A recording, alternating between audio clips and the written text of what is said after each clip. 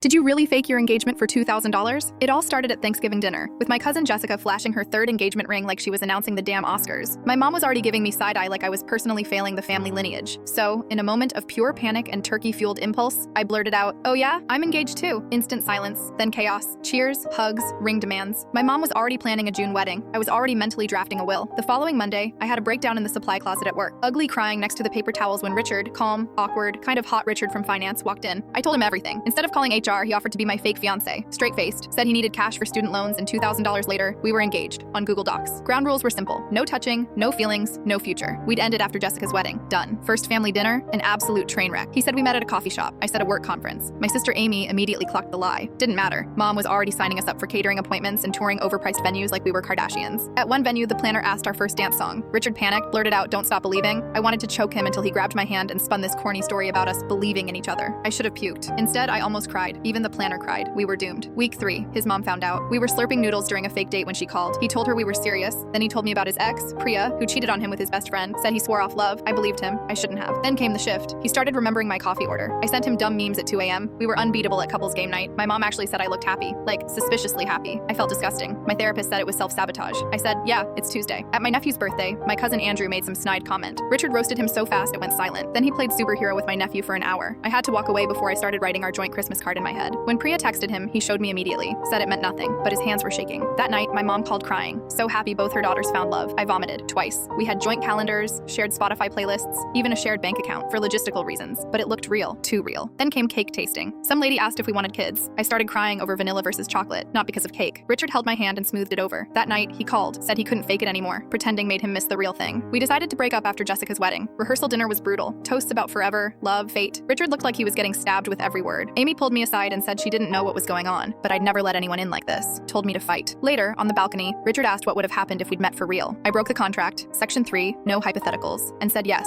wedding day. I spotted him nursing his third whiskey at the reception. He started walking over, but my mom intercepted him. She talked fast, waved her arms, then pointed at me. His face went pale. She dragged me into a side room and told me she knew. Since January, she'd called his office to surprise us with lunch and someone spilled. I braced for a meltdown, but she just cried. Said her own mom died before seeing her married, before meeting grandkids. She said she pushes because she's scared she'll miss it all. Then she said, "That boy out there, the way he looks at you isn't fake." Before I could speak, Richard burst in, face flushed. Said he got a job offer in Seattle, big one. Had been staring at the email for days but couldn't stop thinking about me. He said the lie wasn't the engagement. The lie was acting like we weren't real. We agreed to get through the reception, but I couldn't. Not anymore. I grabbed the mic, told the whole damn truth, that I'd hired him, that it started as a lie. People gasped. Uncle Jerry dropped his drink. Then I said the lie turned into something real, that he knew my coffee order, that he held my hand through breakdowns, that I didn't want fake anymore. I wanted him. And then Aunt Renee, who never liked me, stood up and turned the whole thing into a circus. Click the full story to see what happened next.